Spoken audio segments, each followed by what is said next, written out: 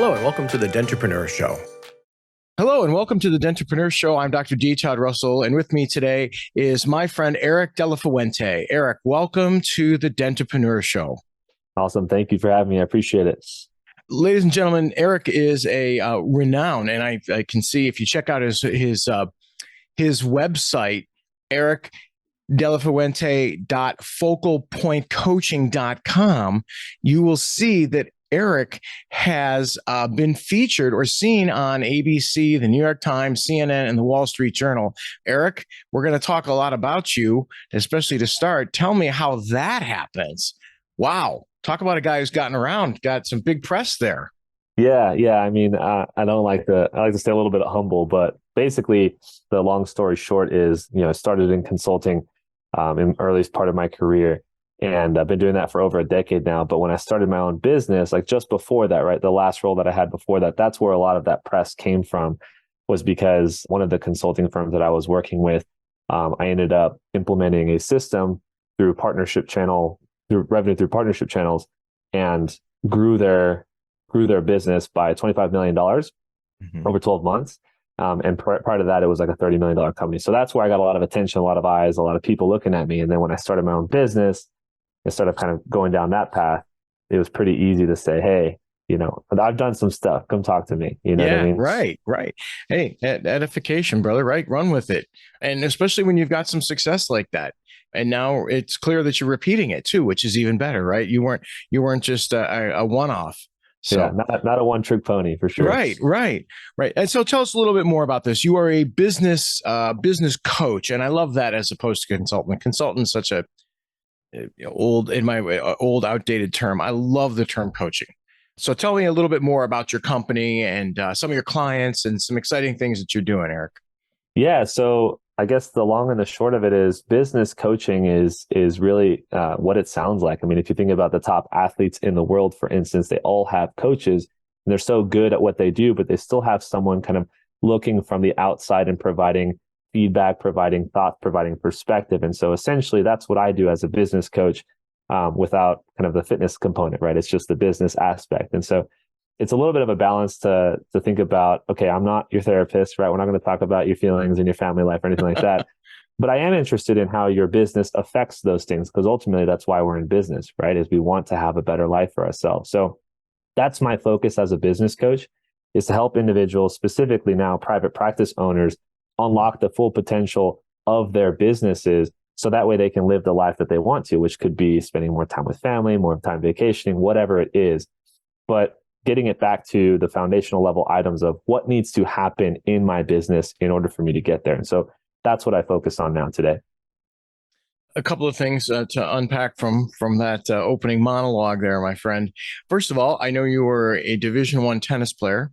I was. So you therefore... Well, to pause, Division III. Okay, I'm sorry, Division III. All right, Yeah. But you were a college athlete. Let's leave it at that, which therefore tells me you're coachable. 100%. And experience would then lend that you know how to coach, right? Mm-hmm. And again, it's an athletic event, but still very similar, right? You're going to outline the steps to get there and what it's going to take, the practices you have to do, which leads me to systems. You also touched on systems, right? Mm-hmm. So being a business coach, there are certain systems that are repeated throughout every business, whether you run a dental practice as I do, to somebody who makes Kleenex, right? It's those same principles, and you're just teaching those who aren't implementing them, never thought of implementing them, or implementing them wrong. And it sounds like the other key to, and we talk about this too on my show in the past, setting the goals, setting the bar, whatever it is. Like you said, it's a work-life balance was something I think you and I've read about you and heard from you is big in your coaching, is to find that balance for people.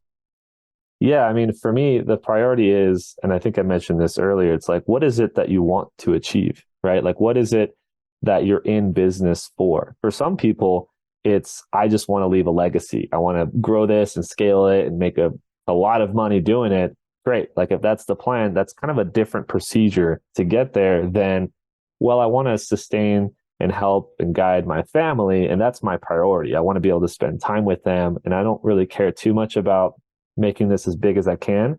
but I want to Right. make sure I can fund it, whatever those adventures are. So those two dialogues are very, very different. And that's why, I focus on what you just said, right? What are the goals? Yeah. And then ultimately getting a plan to get there. Perfect segue, Eric. So on my show, and what has driven me to create this show is that so many of my colleagues are not prepared to exit their dental practices. Dentists traditionally, we're solo artists. Nobody can tell us what to do. We know it best, and instead of accepting the coaches that are out there, and I'm sure a coach like you, if you don't know the answer, you know somebody who does. As dentists, as solo practitioners, many of us, we're afraid to step outside the walls of our office to ask people for help when we need it. We might leverage our accountant or our attorney, but not ever really get coached. And the segue I'm approaching here is I'm talking a lot about this exit and how poorly prepared my colleagues are. But in order to get there, from the moment you start that practice or acquire that business, there's this path and plan you need to exit. And one of those things is to have the systems in place, to have the coaches who have helped you build the structure so that it actually increases value. Right? Yeah. Yeah, 100%. And I know there's this hesitancy sometimes for people specifically in private practice to embrace outside help, right? Whether it's a coach or, like you said, other individuals. But even if it's not a coach, right? Someone like yourself who's done the thing and has experienced the thing that they want to do, like having a resource like that is the same thing as having a business coach. It's just the dedication and the accountability might be a little bit different, but same conversation. And so, yeah, I mean, I'll echo 100% what you just said. It's never easy to ask for help, but having the help when you need it is always good. And I'll tell you, more recently, since I've been in this, and what I'm trying to do is actually coach my colleagues towards their exit. And the way I run my consulting group, the way I run my coaching is that I promise them that we'll get the answers, that we will develop the systems for them. In many cases, it's easy, right? It's rinse and repeat. We already know the system. You know it. I know it. We're just implementing it with them. But in other cases, you do have to, it's a little ad hoc. You have to figure it out for them. But I like to leverage my connections. I'm not going to take you down. I'm trying to think, like writing a contract. Sure, I've got one, right? In fact, I just shared an associate contract with one of my clients, right? On how to, but he's like, okay, well, put in this. And I said, wait a minute here. I want you to read it and I need your attorney to review it. Yeah. I'm doing all of the grunt work for you as your coach, but all the fine tuning I can advise you on, but that's a decision. You need to read this. And if you read it carefully, I've given you an A and a B. And, and so that's at least that's how I'm seeing it. Now, the flip side of having a business coach or a consultant or whatever in your company, I've seen where there's people who bring in experts all the time to help. The problem is it's I call it expert du jour. It's, oh, well, this one, I brought this one in, and then all of a sudden there's a new squirrel over here and they go grab this one and they keep, and I work, when I say closely, but I've worked with some people who I feel like that's what they do. They don't understand something, so they seek out experts, but then for a minute, now I'll go over to this one. And then all of a sudden that one changes things. And so it's consistency is what we're looking for, right? Find somebody to engage with. You're easy to get along with. You're so responsive too. And folks on my show, those that know me personally know when you text me, you email me, I pretty much fire back. I probably before your finger leaves the send button from your own device. Eric is the same way. He's super responsive, and I respect that and love that, because if you're going to be my coach, man, I have a question. I don't want to wait 3 days for an answer. 100%. Because half the time I'll have forgotten why I asked the question anyhow, right? Exactly. I appreciate you saying that for two reasons. The first is thank you. The second is, like you're 100% correct. Like nobody wants to ask a question and then feel like they're out on an island. Mm-hmm. And so a good coach will kind of enable you to say, okay, you can ask the question, but you still have all of these other things that you could be doing while you wait for this response, whether it's 1 minute or 1 day or whatever it takes to get a good response to that question. And so I definitely think responsiveness is a critical component. But going back to one other thing you said earlier, as far as like I forget what you called it, something du jour, but shiny object syndrome, essentially, right? Yeah. Jumping from one to another to Expert another. du jour. Expert du jour. That's what it was. Yeah, I like that. I might steal that one. Yeah, please do. But basically, like if you have a good, solid business coach, they're going to have all of the things that you need. Maybe not themselves, but they'll know someone, like you said earlier, they'll know someone that will. And so that's part of the vetting process when you're thinking about engaging with a coach is like, okay, these are the things you can help me with, sure. But what about all these other things that you don't have? It's like, well, I actually know this person, this person, this person, and this person that can help with those things when we get there or if we get there, right? I think that's critical. Let's lay the foundation first. These are the principles that we know that are common to all successful businesses. Let's put those in place. And then after that, we're going to start to dive into a little bit more of each one, and where we're going to need the help is might be here, here, and here. You doctor, do an excellent job at finding and retaining staff, right? You've got long-term staff who've been with you. They're well compensated. They're happy in the environment. That's fantastic. Maybe we don't need an expert there. We just got to make sure we tidy some things up. But on the other side, you are terrible at understanding your profit and loss statement and what your, what your chart of accounts should look like. And no, you've got to stop. You've got to stop buying cars through your dental supplies. It's not. It's just that's not how this works. You know. I mean, I know you can do it, but look at you. We've got to legitimize this stuff, or at least like quietly tag it so we can come back and talk about it later. I've seen a lot of that, more than I'd like to admit, but I've seen a lot of that where we got to be like, hey man, like let's figure this out first, because you're gonna have problems down the line if you keep doing this. I think it was squirrel syndrome, wasn't it? Squirrel syndrome. Yeah, exactly. So I'm stealing squirrel syndrome and you're stealing expert du jour. Expert du jour. I also call it, by the way, I use it again in a different context, but I call it Dr. Du jour. That's sort of the type dental practices that I'm not a big fan of. That's the big box dental practices where it's a new doctor every time you come in. Yeah. There's no consistency. In my business, my personal belief is you're developing a relationship with me. You need to trust me. Yes, we're all, we can all be mechanics.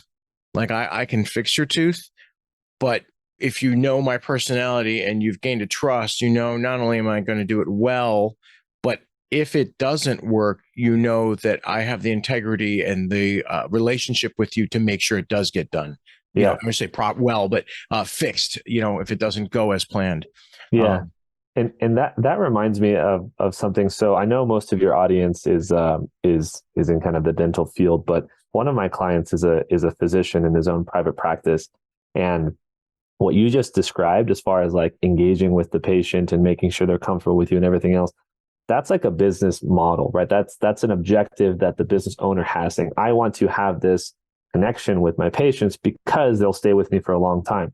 One of the physicians I'm working with, it's really strange, is he's just trying to get through patients as quickly as he can because he needs the volume in order to sustain the business model that he has built. And so it's very different because that coaching experience is obviously, okay, how do we maximize that as opposed to the one that you described, which is all about the customer experience.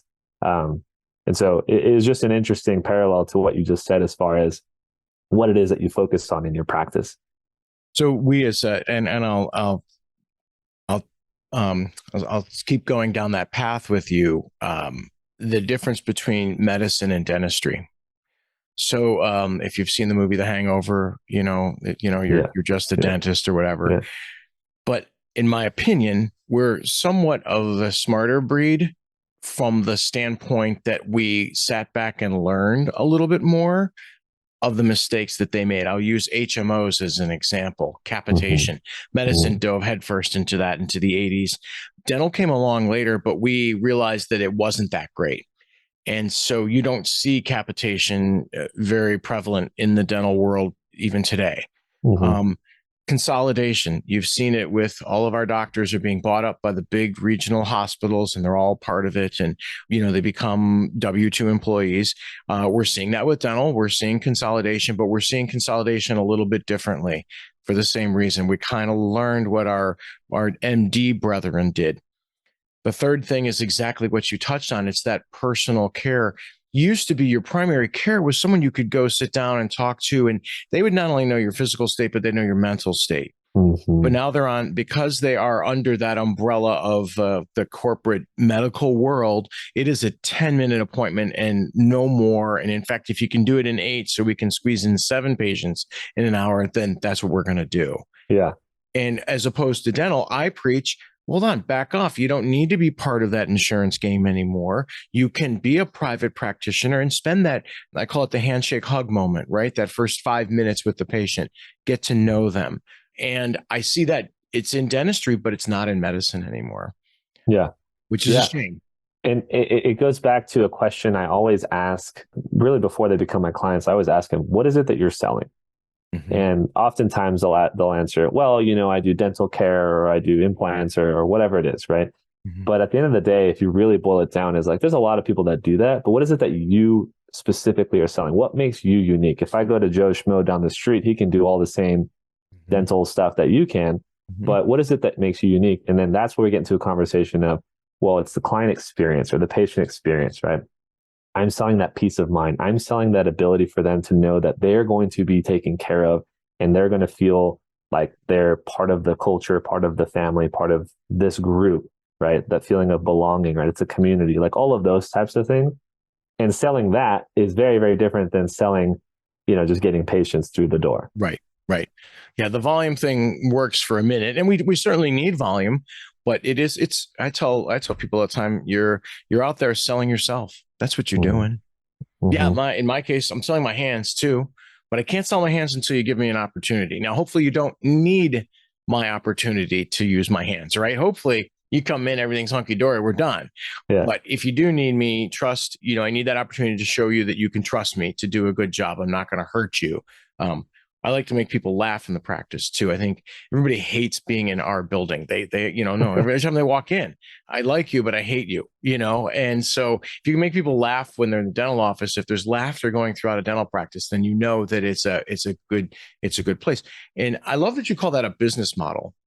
This more of a hands-on touch type model, as opposed to, I guess, the rubber stamp of a manufacturing plant, right? The constant drone of the pistons working, if you will. Right. I say that because, yeah, go sorry, ahead. I didn't mean, No, go ahead. I say that because, and this is a conversation I have at the very beginning of any engagement, is kind of that clarity, or that foundational conversation of where it is that you want to go. And we talk about exiting and all of that. But the difference between that business model, which is where you care about the customer and you're very invested in their experience, as opposed to what you call the rubber stamp model, is you structure everything in the business differently because of that. Mm-hmm. So if you're focused on the customer experience, then everything that you do is tailored to that. The moment they walk in the door, it's their experience. And so who's greeting them? How are they greeting them? What does the office look like? That's part of it. And then how long are they waiting until they sit in the chair? And then once they sit in the chair, how is that conversation? Who's seeing them? What's that care look like? How much time is the actual dentist spending with that patient, et cetera, et cetera. So all of that is very, very different than I'm just trying to get through as many patients as I can. Right. You know what I mean? So that's why I call it a business model, because it impacts everything. Right. No, it truly does. And I think that's, we can segue into, talking about the culture. I'm a big fan of EOS traction, right? And determining your culture and your vision and bringing on board people who are like you. Mm-hmm. Because then, as soon as I hand off that patient from me to, Jessie, I know that she's not exactly like me, but has a similar mindset. And therefore the patient's going to have the same experience with her as they would with me. Yeah.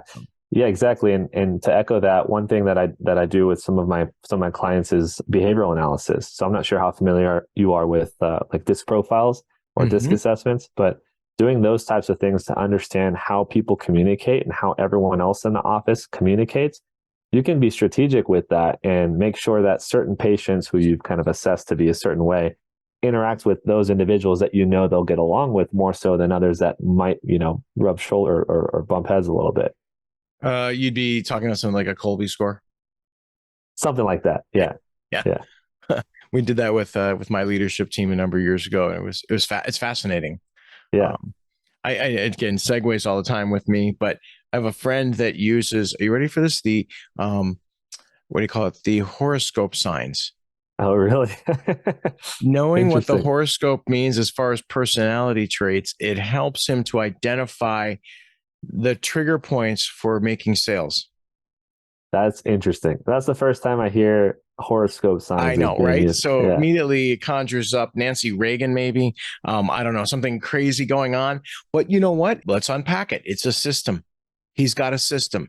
He's had success with the system. He repeats it. He can demonstrate it to others. Look at this person is I don't even know half the horoscope, a Sagittarius, and I don't know, they like red shiny things.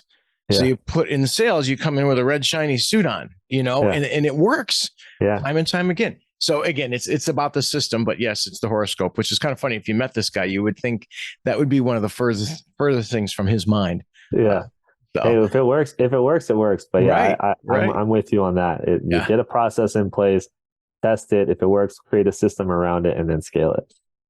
Erica, we've been talking for a few minutes here, and already you've helped me a ton because you're helping to show my audience that there's some meat in here that they need, and they need to surround themselves with experts. And I've actually talked about that with others on the show in the past. But someone like yourself, we talk about everybody needs an accountant, everybody probably needs an attorney at some point. Hopefully, not that often, but you need an attorney. But the coaching, the business consultant, we need a dental practice consultant because of the nuances of the dental world. But, someone like yourself, what I've noticed with a lot of dental practice consultants is they are not business consultants. They are more in line with exactly what we do.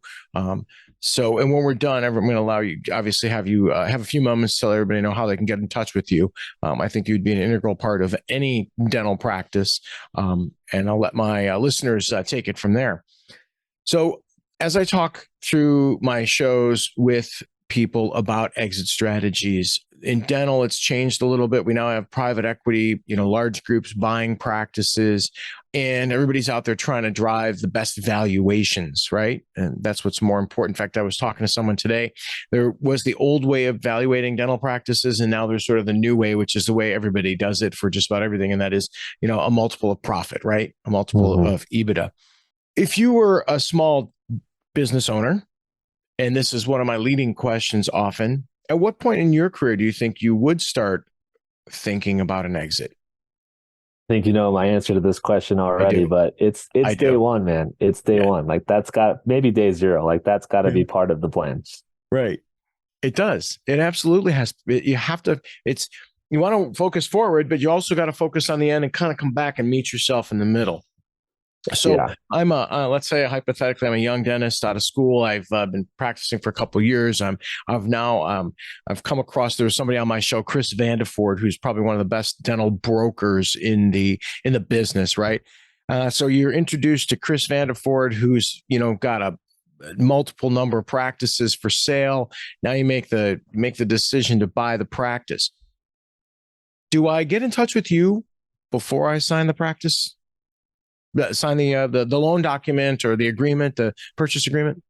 I think so. And it's the reasons are because I want to make sure before, if you're in that scenario, right, you're recently out of school, you've been practicing for a while, there's a lot you don't know about running, managing, operating, even growing a business. And so even if you know, okay, I'm going to exit this at some point, before you buy, there's a lot of things you want to look out for that's going to set you up for success. Before you pull the trigger, right? So 100% at least have a conversation with me or someone like me that can walk you through some of the things to look out for before you pull the trigger. Yeah. Quite frankly, in the dental space, talk to a guy like me who's seen a bunch of practices. We can show you, from the business perspective, I can show you from the what's under the hood of the dental practice, if you will, as to whether or not it's a good buy. In fact, I more recently consulted with a colleague. She was looking for a dental practice, and she got all excited because this one was, it's right around the corner from my house, and it's right. And I said, well, let's take a look at it. And so it turns out, she's like the 8th person to look at the practice in the last 8 months, and no one's bought it. Well, there's a reason for that. And once we started looking into it, I said, you realize that this, and this. And she's like, oh, that makes total sense. Yeah, I shouldn't buy that practice. So unfortunately, it can be, the answers we give you may not be what you want to hear. Yeah, you know? exactly. And it's the same concept when you're thinking about buying a practice as you would buying a home, right? It's the same. I use Yeah. that analogy often because you might see the pretty pictures and then you go tour the house. You're like, this is great. This is exactly what I'm looking for. It's in the area that I want, et cetera, et cetera. But then the inspection comes and it's like all of these things that need to get fixed before you can even enter the home or own it yourself. It's like, okay, well, I didn't know that. Yeah. And so then it's a conversation like, do I still want to do it or not? But to what you just said, yeah, knowing that 8 other people have already looked at the practice and not purchased it, why not? What's going on? Asking questions. Yeah. Eric, so in your experience with, dental, medical, especially, but even small business, what are some of the more common themes that you see with areas that need to be improved or changed with small business owners? Yeah, the biggest things I see are, you're going to love this answer because you're a big systems guy, but it's operationalizing things, right? If you're doing something more than once per day or more than once per week, write an SOP, right? For literally anything. Yeah. Yeah, because you're going to get large enough to a point where someone's going to have to take that from you. And you're probably not going to have the time to sit down with them and describe how you do it or how to or when to do it or anything like that. So you find yourself repeating tasks multiple times a week, multiple times a day. Write an SOP on how to do it and try to find a way to delegate it, especially if you're the business owner. So that's the first thing. The second thing is kind of consistent with that, but knowing your numbers. Like you have to have KPIs, you have to track those numbers, because if you have no idea how many leads are turning into patients and how long those patients are staying and how much they're paying you over a course of a year or whatever the time period is, then you have no way to scale your operation because you don't know what to fix. You don't know what to change. So those are probably the big two things: are operationalizing processes and tracking numbers are the big two things. And when it comes to that final exit point, when you have tracked those things for a long period of time, demonstrating consistency and growth, that validates your SOPs, right? Because we're demonstrating growth. And and I love to make fun of the private equity people because I call them, they fly at 36,000 feet, look down and never get in the weeds and don't understand the weeds. But that's what they want to see. So the buyers, and again, it could be it could be the private equity guys, or it could be another practice with a coach who's coming in, who's going to know. Those are key things to look for. That makes it a better practice, and for you, the seller, it adds value. Yeah, it's an intangible thing that adds great value. Exactly, and that's one thing I like to talk about when I'm talking to clients, whether they're small business owners or private practice owners that are trying to exit or thinking about exit, is like, if you removed yourself from the business tomorrow, would it survive? Right. And if the answer is no, it's like, well, then you're not ready for that yet, or you're going to get a very crappy valuation, right? Right. So the numbers might all look good, but if you're working 100 hours a week to sustain those numbers, then it's not scalable, it's not sellable. Yeah. Well, I do talk a lot about valuations, and I think you nailed on two of the bigger ones, right? Systems, standard operating procedure, the SOPs, and then tracking your numbers. In dental, I always kid around and say that there's only a couple things that we can monitor, right? Dollars and cents. Which, I don't know if you've seen this, and this is where the question lies: how do we combat, as a coach? How would you combat? I'm a small dental office. I've got a doc that's a client of mine. He's got one associate thinking about another one. He's got a poor culture in that the team tends to push him around. And I think culturally, some people need to go in order to improve things, right? But how do you approach someone that needs to rip those Band-Aids off and improve the team, improve the culture, in order for that doc to get, or that business owner to get where they want to go?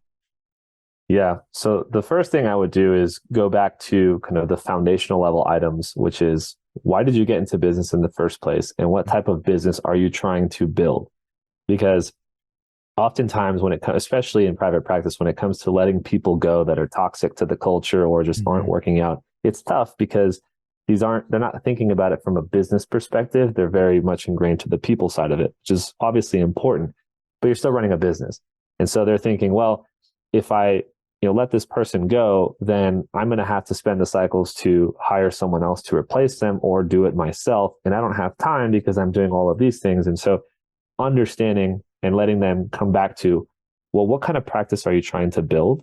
Because if this action is consistent with that, then it's a no-brainer. Do it. You shouldn't even think about it. But if it's incongruent with that, then let's assess. Maybe there's room for improvement in the culture. Maybe we can figure out what the problem is and refine it and make it better. But those steps really come back to figuring out what that initial alignment, the initial foundation was. Yeah.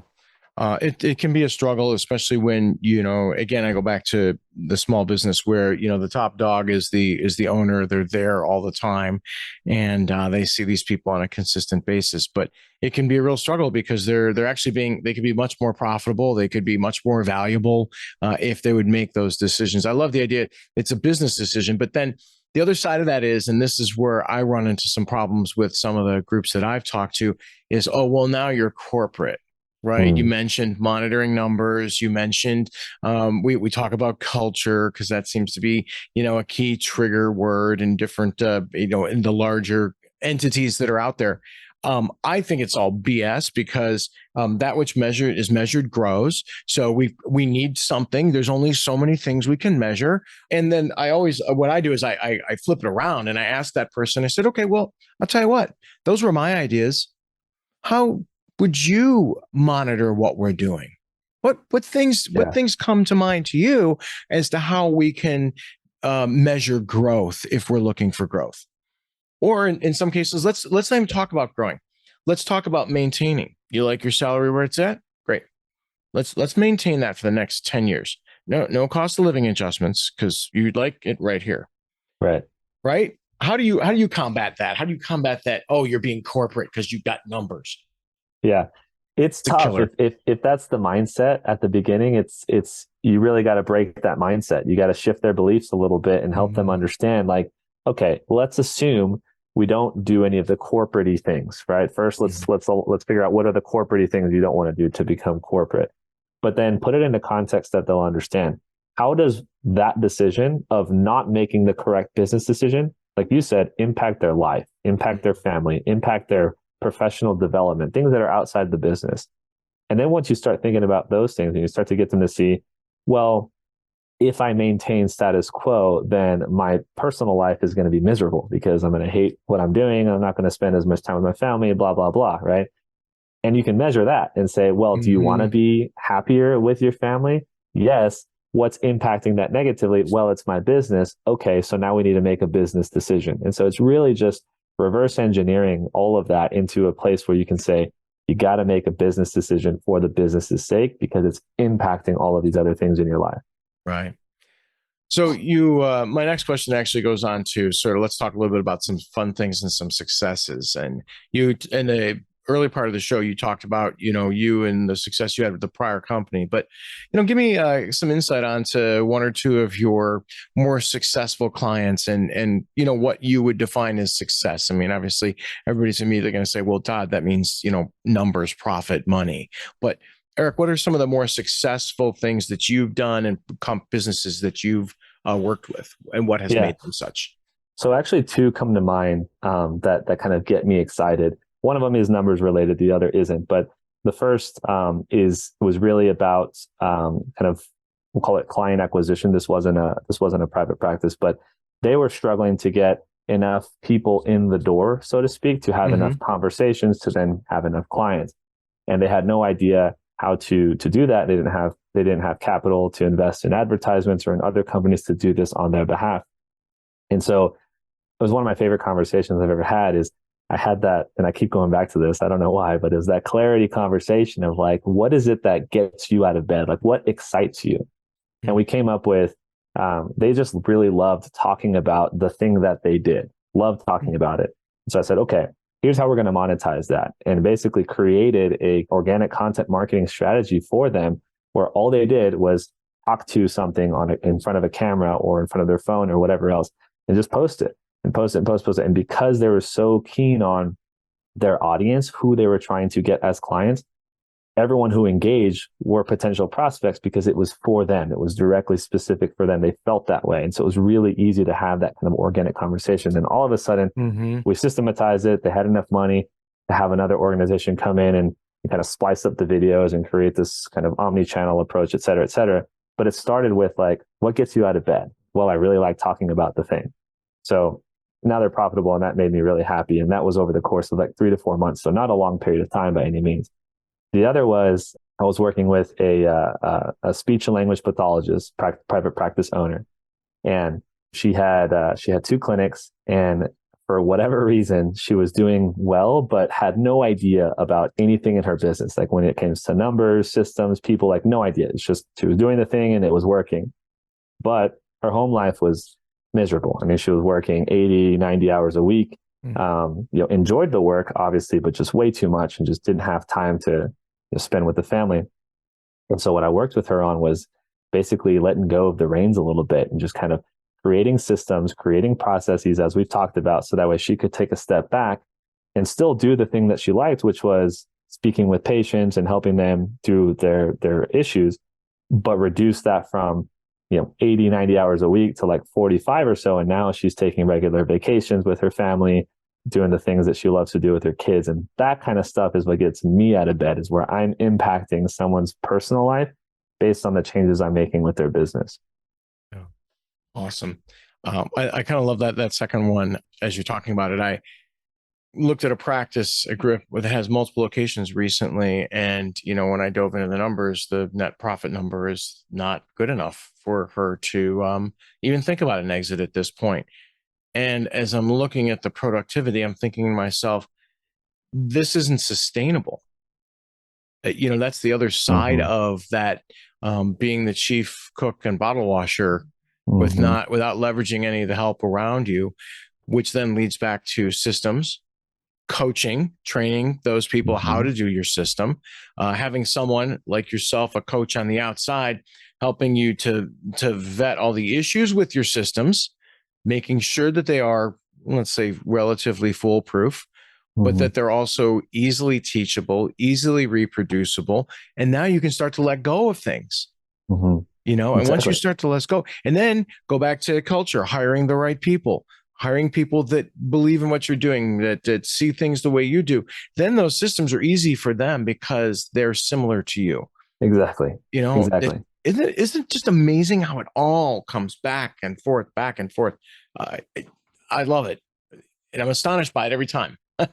Yeah, exactly. It's like you figure out what the core challenge is, and then you just reverse engineer a way for something you can do today to impact the next thing, to impact the next thing, to kind of get to that challenge. And yeah, I mean, sometimes all you really need is that outsider's perspective that understands those things to help you through it.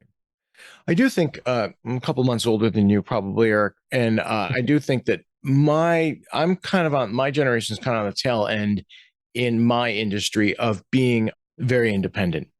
I think the generation behind me is not afraid to use someone like you, a consultant, trying to break through to my age group, to my generation of practice owners, a little tougher. Any thoughts to those out there that maybe have never thought about doing something like this, but should? Yeah, what I like to say is, especially to the younger generation, is you probably spent so much money on your education to learn how to do the thing that you do, the thing that you're going to have for your career. But if you're hesitating to spend a microscopic portion of that for help from a business perspective for something you know absolutely nothing about, then it's time to shift that belief a little bit. You're making investments in yourself and your skills and everything else, but you don't know anything about business, yet you want to start a business. It just doesn't make sense. So that's what I would say to the younger generation. And to the older generation, I don't typically work with as many older people because of that, what you just described. But I typically leave them with, if you're not going to talk to me, or if you don't need help from me, like you still need help, here's some people that, you might want to speak with based on the things that you're talking about. And that's typically where I leave those conversations. How about this, Eric? Eventually you're going to exit, hence the purpose of my show. Yeah. The people that are most likely going to buy your practice are going to be in the younger generation. Perhaps if you knew a little about where they're going and what they're thinking, your sale process is going to be easier, maybe even more valuable. Yeah. So think about that. Lay down those, unpack that wall, unbuild that wall, and, investigate what behind you, how they're thinking, get that coach on your team, and you'll probably have a better overall experience at the end too. I love that. I love that. And I'm glad you said that, because oftentimes when people say exit, they think, oh, big sale to private equity or whatever. But sometimes an exit is a smooth transition to an associate you hired that wants to take over your practice, right? It could look like that. And there's a lot of different versions of that. One thing that popped in my head too, we go back to the numbers on things. I was in the more recent years, there's somebody that I know where, they quote unquote get granular. And that's a caution I have. And I hope you do too. You would with yours, right? Okay. Comes a point where, okay, that is not an important number to track. Mm-hmm. Let's not, sure, we can track it, but it's a waste of time. Do you see that often where somebody is, too much into the details? The spreadsheet goes to, triple Z columns all the way out, right? Way to the right. Yeah. So I referenced DISC assessments earlier. That's what we would call a high C. So high Cs are people that are very analytical, need to have all of the information in front of them before they can make any kind of decision. And the coaching aspect of that, of their behavior, is like helping them get out of that. Like, do you really need that information? What do you need it for? And if you do need it, let's find a way to get it where you're not the one kind of doing the thing all the time and taking your time away from somewhere else. But oftentimes it's helping them realize you don't need to track that. You don't need that information. Right. Stop wasting my time. Right. Yeah. Thank you very much, but let's move on. Well, Erick, it has been an absolute joy to have you on the show today. This is a great conversation. I think we should do this again in the next couple of months, because there's so much more to learn from you, myself included. You've already made notes, a bunch of them, and it's just awesome. For myself. But anyhow, and we both have a couple of take homes from each other today, which is great. Yeah. I try to close my shows though with one thing, and that is I talk about influencers, and people on my show have already heard me talk about the who's and the whys of what has influenced me. For example, a book, several books I've read, several people in my lives. Who are or what is Erick's influences or have been? Yeah. So I've got two big ones. The first is a book actually that I read very early on in my career as a consultant doing professional services. And it's called How Clients Buy. And it's by, I think it's Tom McCacken and something Fletcher. But basically what that talks about in general is, instead of focusing on how to sell your services, flip it on its edge and think about how are your clients buying your services? Mm-hmm. And you'll find that there's kind of 7 or 8 key components for any professional services sale. So that really influenced how I go about what it is that I do in my day-to-day. And then the second influence in my life is my brother, actually. Awesome. He's 2.5 years older than me. And his life is very, very different than mine. He got married super, super young, like fresh out of college, got married. It was hustling from day one, didn't end up working in the field of study that he had in college. And, fast forward, was it 10 years, 12 years now? And he's got 3 kids, a beautiful wife, an amazing house, and his own insurance company that he started from scratch himself that's very successful. And so seeing his journey, seeing his progression has been very inspirational for me, especially in my professional career. That is fantastic, friend. That is absolutely fantastic. You're the first one to say that it was a sibling. So that's kind of cool. Erick, how can anybody that wants to get in touch with you, learn more about you, your business and your services, get a hold of you? Yeah, well, you mentioned my website earlier. It's the Erick De La Fuente at focalpointcoaching.com. And on there's actually a free business score assessment that you can take. It's just a short survey and it'll kind of give you some areas of opportunity. That's where I typically direct people. Or I've got a Facebook group specifically for private practice owners called Propel Your Private Practice. So you can find me on Facebook and try to join the group, and you'll get all kinds of freebies, videos, playbooks, and everything else. I'm sure I'll be putting this recording, if you're kind enough to share it, on there as well. Thank you. I will absolutely be doing that. But you know what, yeah, Eric? In fact, your Facebook group is how you and I connected. exactly. Exactly. Neither of us are afraid to reach out to anybody. We're not afraid to talk to anybody, right? I mean, that's Yeah. clear. And I don't know whether it was you or I, but I started investigating doing this, and you reached out, you saw me, I saw you, whatever it was, and that spawned several conversations. And now we've got video content to back it all up. So, Exactly. and this is a friendship and a business arrangement that's going to continue for a long time. Yeah, I hope so, man. My hope is whenever I do share this, that you'll get a bunch of people asking about you and coming to you and saying, hey, Yeah. I love this stuff. Where can I learn more? How can I talk to you more? That's my goal.